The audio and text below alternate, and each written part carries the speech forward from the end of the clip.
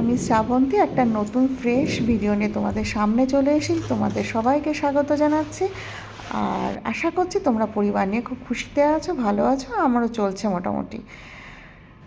কি জানো তো, সবাই একটা কথাই বলে যে বর্ষাকালে বৃষ্টি হবে তাহলে জামা কাপড় শুকাতে অসুবিধা, গরমকালে গরম হবে তাহলে সেটা অসুবিধা। কিন্তু পরিবেশ পরিস্থিতি তো আমাদের মেনে নিতেই হবে। আমরা যে পরিবেশে থেকে ছোটোবেলা থেকে বড় হয়েছি সেই পরিবেশেই রয়েছি। মানে ধরো আমার বেঙ্গলে বাড়ি, তো আমি ঝাড়খণ্ডে এখানে আছি, তো খুব একটা পরিবেশের চেঞ্জ নেই। আর যদি ওর আশেপাশে আমরা কোথাও থাকি তো সেটা একই রকম পরিবেশ হবে। যদি আমরা একেবারে অনেক দূরে চলে যাই তখন কিন্তু আমাদের একটু খাপ খাওয়াতে অসুবিধা হবে। বেঙ্গলি ফিউশনে তোমাদের আবারও স্বাগত জানাচ্ছি। আর দেখো এখানে আমরা বর্ষা কিন্তু সদ্য সদ্য বর্ষাতে এই গরম যে ব্যাপারটা সেই ব্যাপারটা কিন্তু চলে গেছে এবং ভীষণ এনার্জি নিয়ে আমরা আবার নিজের কাজে মন দিতে পেরেছি। সত্যি বলতে কি এই গরমকালে কিছুটা কাজ মানে একটু হলেও ঢিলা হয়ে যায়, যেগুলো খুব ডিটেলে করা সম্ভব নয়। আর সবসময় এসির মধ্যে থাকাটাও দেখবে গা হাত পা একটা অদ্ভুত রকমের পেন হয়। তো আমি ভাবলাম ড্রয়িং রুমে এই কর্নারটা আমি একটু পরিষ্কার পরিচ্ছন্ন করে দিই। তাই জন্য প্রথমেই যেটা আমি করলাম, একটা কাপড় নিলাম এবং সবসময় আমি যেটা করি কলিন দিয়েই পরিষ্কার করি। আমি এখানে হোমমেড একটা লিকুইড ব্যবহার করি শুধুমাত্র কিচেনের গ্যাস পরিষ্কার করার জন্য, কিন্তু বাকি যাবতীয় ঘরের ফার্নিচার আমি কিন্তু কলিন দিয়ে পরিষ্কার করি এবং সারা জীবন দেখে এসেছি কলিনে মোটামুটি ভালোই পরিষ্কার হয়। কিন্তু এইগুলো দুর্গাপুজোর সময় খুব ডিটেলে পরিষ্কার করা হতো আর কি। কিন্তু গত বছর দুর্গাপুজো আমার শরীরটা একটু খারাপ ছিল বলে আমি করতে পারিনি। আর তারপরে মাঝে মাঝে যে করি না তা নয়, করি, কিন্তু এগুলোতে খুব প্রচণ্ড ধুলো পড়ে। আর জানো তো আমরা যেখানে থাকি সেখানে কারখানার জন্য না অনেক বেশি ধুলো পড়ে। কিছু কিছু জায়গায় হয় পলিউশন অনেক বেশি থাকে, আবার কিছু কিছু জায়গায় কিন্তু পলিউশন একেবারে নেই বললেই চলে। যদিও এখানে পাহাড় আছে ছোটোখাটো, আর সেখানে মানে দলমা পাহাড় আর কি, কিন্তু তবু যেহেতু ইন্ডাস্ট্রির বেল্টের মধ্যেই আমরা থাকি তাই প্রচণ্ড ধুলো পড়ে। এখানে যারা যারা আছে তারাও কিন্তু সে সেম কথা বলবে যে প্রচণ্ড ফার্নিচার আমাদের মেনটেন করতে হয়। আর যেহেতু আমাদের ফার্নিচারগুলো অনেক উঁচু উঁচুতে থাকে তো আমাদের এখানে কখনো সিঁড়ি বা কখনো সোফার ওপর উঠে এরমভাবে আমাদের পরিষ্কার করতে হয়। এই ফটোটা দেখছো, এটা কিন্তু আমার বাবার আঁকা একটা ফটো এবং খুব যত্ন করে আমি রেখে দিয়েছি। কত বছর পুরনো ফটো আমি বলতে পারবো না, কিন্তু অনেক ভালো ফটো। মানে আমার এটা মানে কি বলবো, আমার সবচেয়ে প্রিয় একটা জিনিস, যেটা বাবা যখন পৃথিবীতে নেই কিন্তু বাবার হাতের আঁকাটা রয়ে গেছে, যেটা আমি খুব যত্ন করে সারা জীবন রেখে দেবো। আর এখানে একটা ফুল গাছের রাখার খুব ইচ্ছা আছে, যা জিনিসটা হঠাৎ পেয়ে গেলাম ফটোর নিচে। তো এই আস্তে আস্তে আমি দেখছি যে বর্ষাকালে বৃষ্টি তো হচ্ছে কিন্তু গরমটা কিন্তু যাচ্ছে না। তো যাই হোক, এখানে কুশনগুলো রেখে দিলাম। আর কুশন রাখতে গিয়ে আমার মনে হলো যে কুশনটা পারফেক্টভাবে রাখা হলো না, তাই আমি আবার পরে ঠিক করলাম। আর সুইচ বোর্ডগুলো কিন্তু আস্তে আস্তে ছোটো ছোটো যে পুরনো রুমালগুলো আছে সেই রুমালগুলো আমি এই সুইচ বোর্ড পরিষ্কার করার জন্য রেখে দিই। দেখবে ছোটো ছোটো ইলেকট্রনিক্স জিনিস বা ছোটো ছোটো জিনিস পরিষ্কার করার জন্য ছোটো ছোটো জিনিসই দরকার হয়। বারবার আমি ছোটো ছোটোই বলে যাচ্ছি। যাই হোক, বাইরেটাও একটু পরিষ্কার করলাম।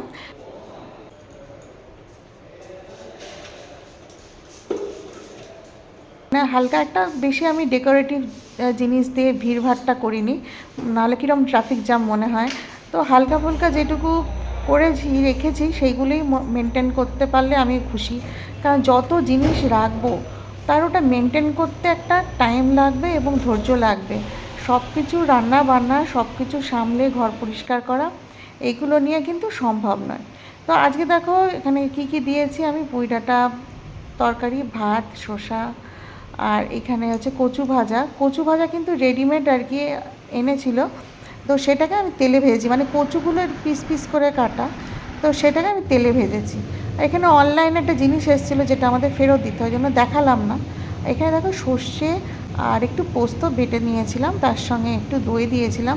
আমরা কিন্তু মোটামুটি আমুলের দই বেশি ব্যবহার করি এবং খুব কম আমি দই পাতি ঘরে, এটাই সুবিধা হয় সত্যি কথা।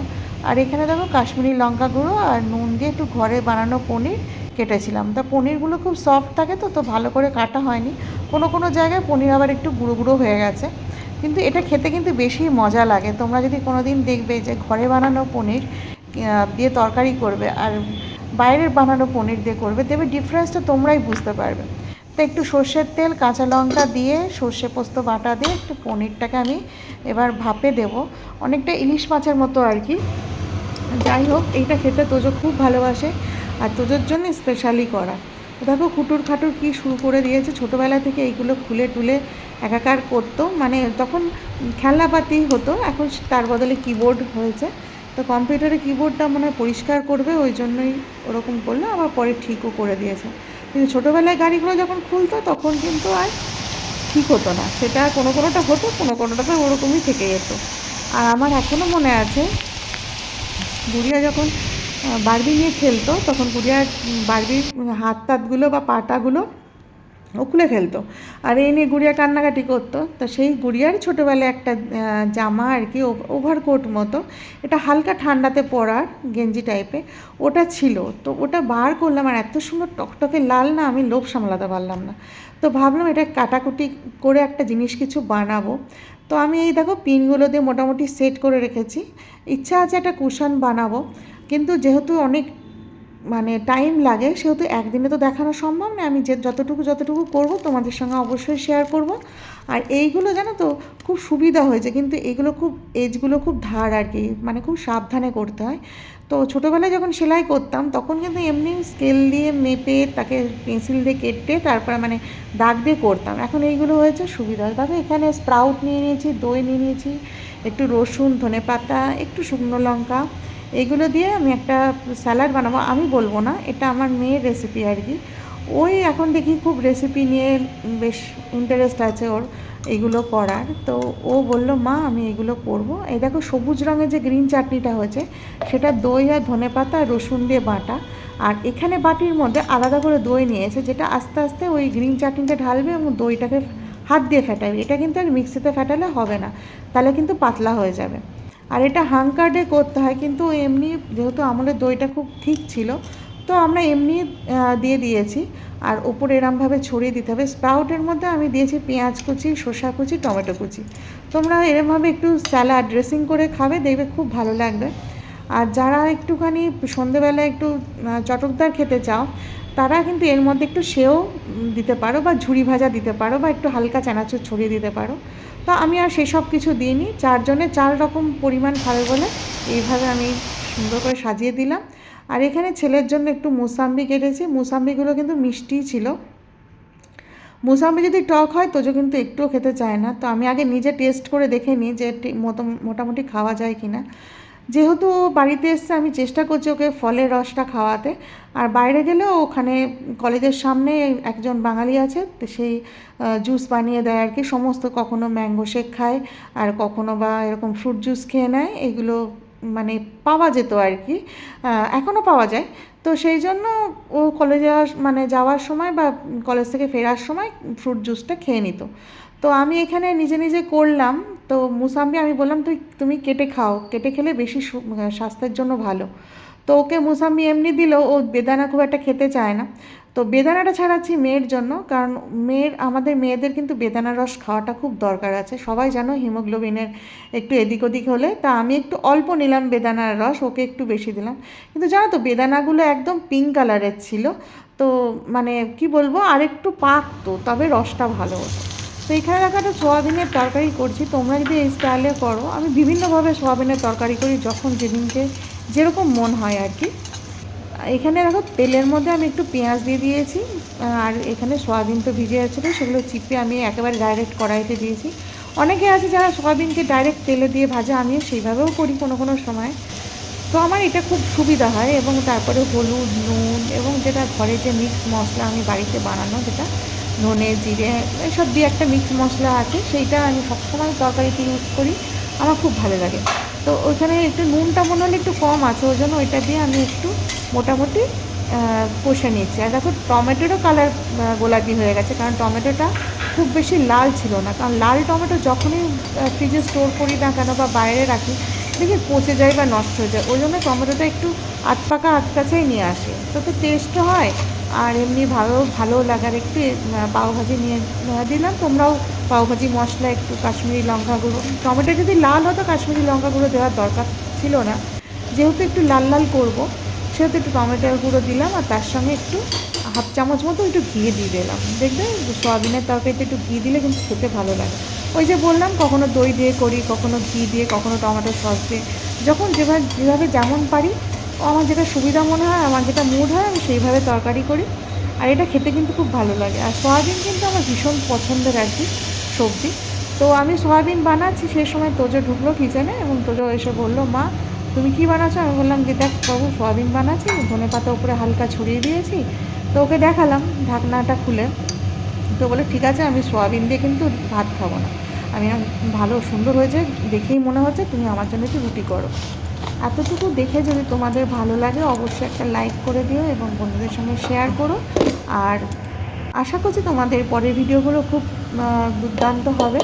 তো যাই হোক, যেটা বলতে যাচ্ছিলাম, রুটি বানালাম এবং খুব অল্প, মানে 5-6টা রুটি বানালাম। তার মধ্যে একটা তো খুরুখুরির জন্য, ওটা তো বরাদ্দই।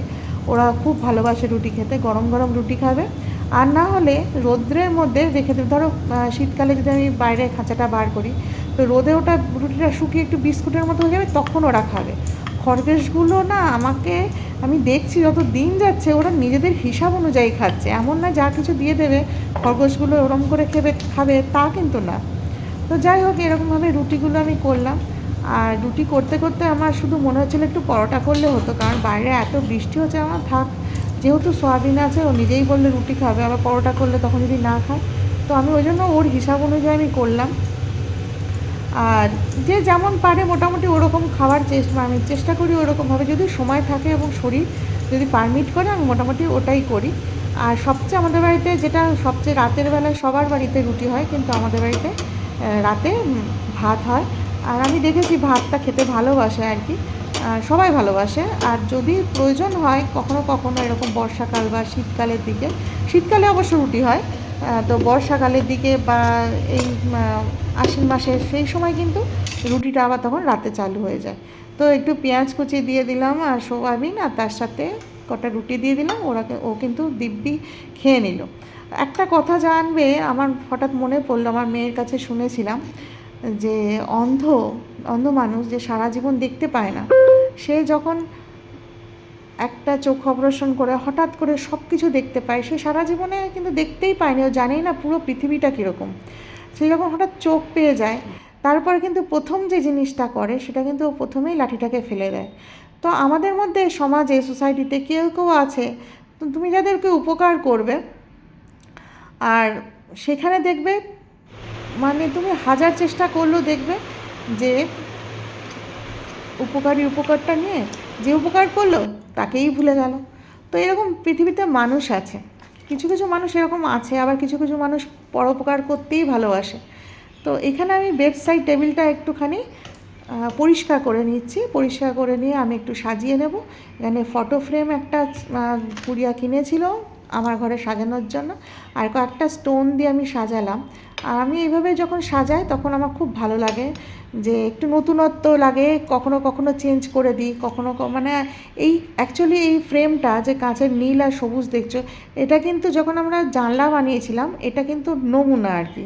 এটা থাকে না যে কি কোন কালারের জানলার কাঁচ হবে, কিন্তু ভেতরে আমি একটা ছবি দিয়ে ওই জিনিসটাকে আমি ভাবছি একটা ফটো ফ্রেমের মতো করব। অত সুন্দর ভারী কাঁচ, একটা বেশ মনেই হচ্ছে না যে এটা একটা ফ্রিতে দেওয়া একটা জিনিস। আমার খুব ভালো লেগেছে। আর ডান সাইডের ফটোটা, ওটা মেয়ে কিনেছিল, তো ওইটাই আমি সুন্দর করে সাজিয়ে নিয়েছি। তো আজকের মতো ব্লগটা এখানেই শেষ করছি। তোমরা অবশ্যই হাসি খুশি থেকো, ভালো থেকো, টাটা।